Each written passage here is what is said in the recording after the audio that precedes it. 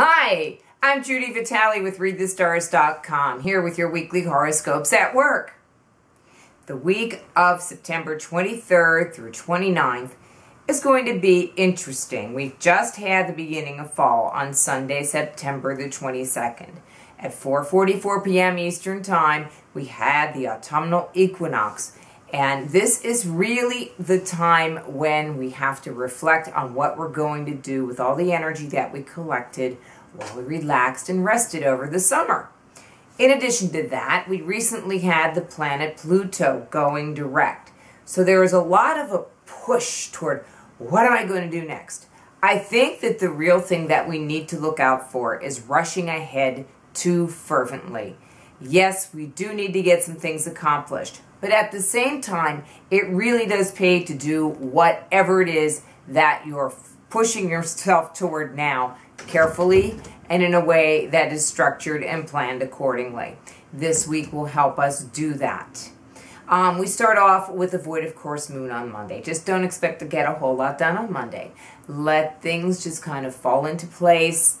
Don't plan any big meetings. Don't make any big arrangements with anything, because whatever you start is not likely to turn out to be the way that you begin it on Monday.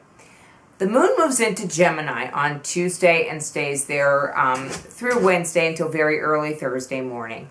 During this time, the key word is communicate.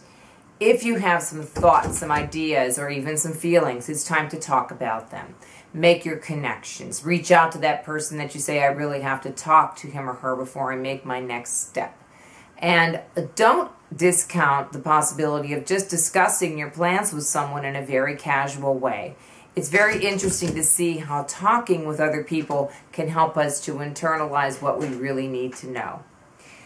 Thursday afternoon, the moon moves into Cancer. And, you know, as we discuss here at Read the Stars, the moon kind of tells us what the mood of the day is going to be like. So Friday, Saturday, and Sunday is going to be a lot about feelings. It's going to be a lot about family, tradition, making connections with the past, and reconciling the past so that we can move on into the future. It's very important to do this and to also make ourselves feel warm and comfortable. We might do this by setting up something new around our homes, or even just cooking a nice meal in our own kitchen so that it feels really good, or just going out and having something that makes us feel like wonderful. Comfort food comes to mind. Just be aware of the possibility of overindulging. On Friday, if there are any potential emotional eruptions in your life, it may occur when the moon opposes Pluto. Just try not to let other people overpower you. Remember, it's the one who can keep one's head calm and unaffected by the storms of emotion who will eventually and ultimately win any battles that may emerge. On Saturday, we have the moon conjunct Jupiter, the moon in a nice connection with Venus, and then Venus square Mars. So it looks to me like this is a day when people are really expecting things to go very well, but something just happens where something doesn't click. There is a little bit of a conflict in the end. Everything that we have in our lives, whether it's something that we want or we don't want, really does have to do with teaching us a lesson. And so maybe the lesson is to be moderate about our expectations. On Sunday, we have Mercury moving into Scorpio. This will allow us to focus more, to think about all of those projects that we have on our plate, and now decide how we're going to strategize and digest them.